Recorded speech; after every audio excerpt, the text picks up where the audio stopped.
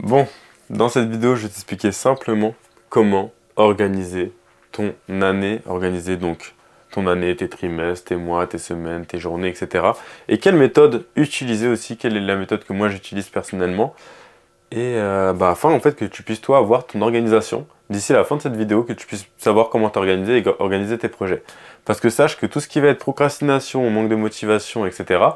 c'est très souvent dans 95% des cas dû à un manque de vision claire de là où tu vas. Et en fait, je t'assure que si dans tes projets, que ce soit sportif, entrepreneurial, peu importe, ou même dans tes cours, etc., si tu ne t'organises pas bien, comme ça, eh ben ça va être compliqué. Ça va être compliqué.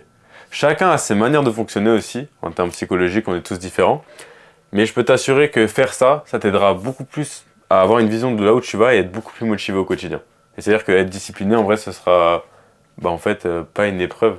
Et je peux vous assurer que moi, depuis que je fais ça, depuis que je sais où je vais, depuis que j'ai aussi mon why, etc., et en vrai, je regarde même plus de vidéos de comment être discipliné ou des vidéos motivantes ou quoi, parce que j'ai pas besoin de ça.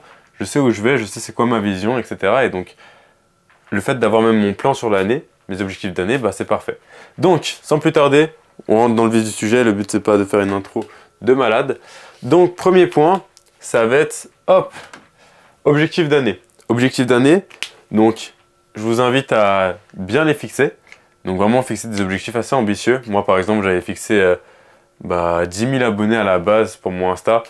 Là il faut savoir que je suis à 40 000. Donc j'ai un peu du coup battu le record que je m'étais donné. Donc maintenant j'ai mis 50K. Donc l'objectif c'est que j'ai 50K d'abonnés d'ici la fin de l'année.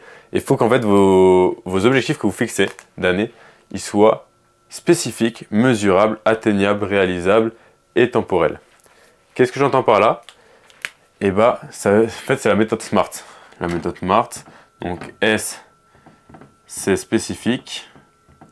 M, alors attendez, boum, méthode SMART. Spécifique, mesurable, atteignable, réalisable, temporel. Donc, spécifique, ça va être que votre objectif est spécifique. Admettons, on va avoir 50 000 abonnés. 50 000 abonnés, c'est spécifique. C'est mesurable parce qu'il y a 50 000. C'est atteignable parce qu'en vrai, oui, il me reste encore là 2 mois. En vrai, c'est atteignable.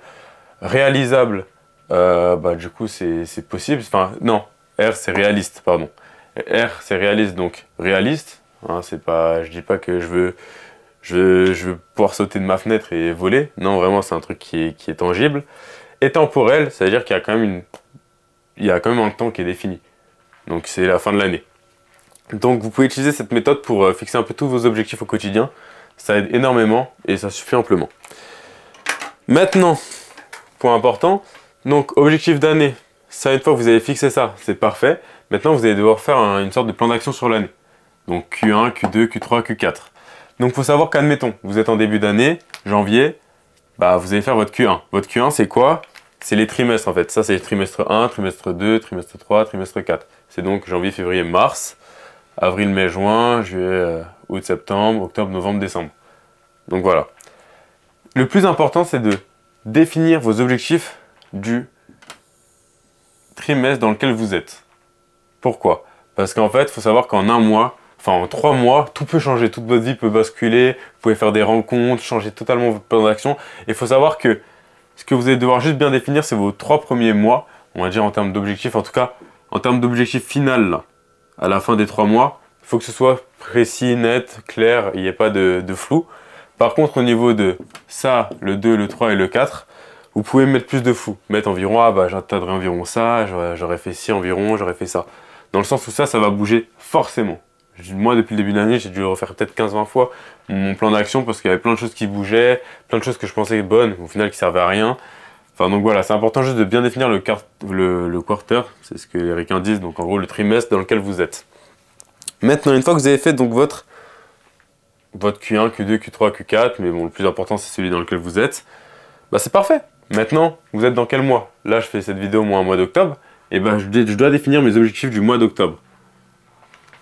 Et ils doivent être spécifiques, mesurables, atteignables, réalistes et temporels. Temporel, fin du mois, et que ça respecte les autres cases, vraiment. Si c'est, admettons, améliorer votre élocution, oui, c'est difficilement quantifiable, donc vous pouvez le mettre, mais donc là, ça sera différent, c'est très subjectif du coup.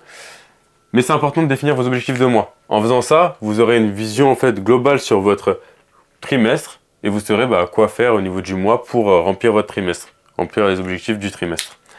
Donc une fois que vous avez défini vos objectifs de mois, hop, vous avez vos objectifs de mois, admettons faire gagner 500 abonnés sur Insta, closer 3 clients, peu importe vos objectifs par rapport à vos projets.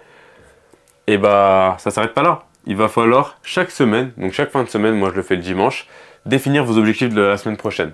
Ça veut dire que vous avez vos objectifs du mois. Maintenant, vous ne pouvez pas faire vos objectifs du mois comme ça à l'arrache. Vous devez quand même planifier un peu vos objectifs de semaine. Donc admettons, si moi dans mes objectifs du mois, j'ai faire 4 vidéos, et dans mon objectif de semaine, je vais mettre une vidéo YouTube, admettons. 4 vidéos YouTube, admettons, là je vais mettre une vidéo YouTube dans la semaine. Pourquoi? Parce que je sais qu'il y a 4 semaines dans un mois, donc voilà, une vidéo par semaine. Je le sais déjà. Parfait. Donc à vous, voilà, de chaque dimanche, organiser votre semaine en fonction des objectifs du mois, qui sont du coup, eux, en fonction des objectifs du trimestre, et qui sont, eux, en fonction des objectifs de l'année. Vous voyez, en fait, c'est vraiment ça. Boum, boum, boum, boum, boum. En fait, c'est dans l'autre sens. Mais il faut commencer par là. Il faut commencer dans ce sens-là.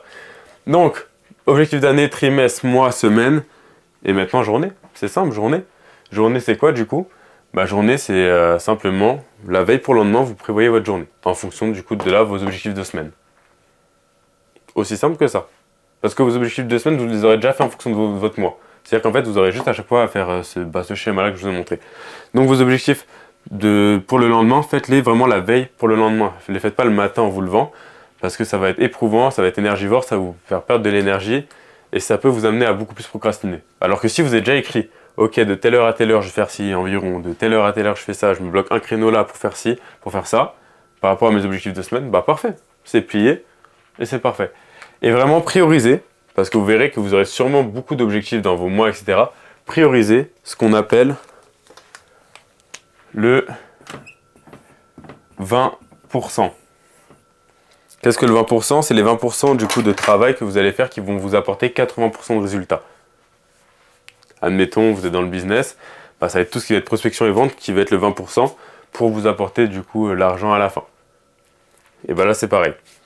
Donc, focalisez-vous à fond sur le 20% au niveau de vos mois, semaines, journées. Donc quand vous organisez vos journées, priorisez les tâches les plus importantes et les tâches un peu futiles, mettez-les en fin de journée. Donc moi ce que je vous invite à faire dans votre journée, pour organiser aussi votre journée, c'est de commencer par les tâches les plus dures au début de journée. Ce sera beaucoup plus simple et comme ça, vu que la journée en fait elle passe et on fatigue au fur et à mesure de la journée, fin de journée vous êtes fatigué, vous faites les trucs tranquilles. Moi ce que je fais c'est que je fais mes sessions de deep work où je bosse sur mon accompagnement le matin, etc. etc. Et à la fin de journée, c'est là où je peux faire, admettons, pas des vidéos YouTube comme ça, mais plutôt des vidéos, admettons, des réels, des choses comme ça, parce que ça me prend pas trop d'énergie, en vrai c'est rapidement fait. Ou alors répondre à des messages, etc. Très simple. Donc, faites ça, et croyez-moi que si vous adoptez une organisation comme celle-ci, et que vous avez une bonne organisation de vos journées aussi, donc en les structurant la veille pour le lendemain, vous êtes le roi du pétrole, vous serez constamment motivé, discipliné. Sachez que des fois vous avez peut-être oublié des journées et tout, le temps de prendre l'habitude, et il n'y a pas de souci avec ça, on n'est pas des robots, hein. Je tiens à vous préciser, il y a des fois vous allez être en période de chaos, et les périodes de chaos vous avez peut-être du coup pas trop organiser vos journées, etc. Mais l'important c'est que quand vous êtes en période d'ordre, donc super focalisé à fond en mode Winter Arc, et là vous focalisez bien donc les objectifs de journée, de semaine, etc. Donc voilà, j'espère que cette vidéo vous aura plu et vous aura aidé. Abonne-toi si ça t'a plu et si ça t'a aidé. Et sur ce, bon courage à toi.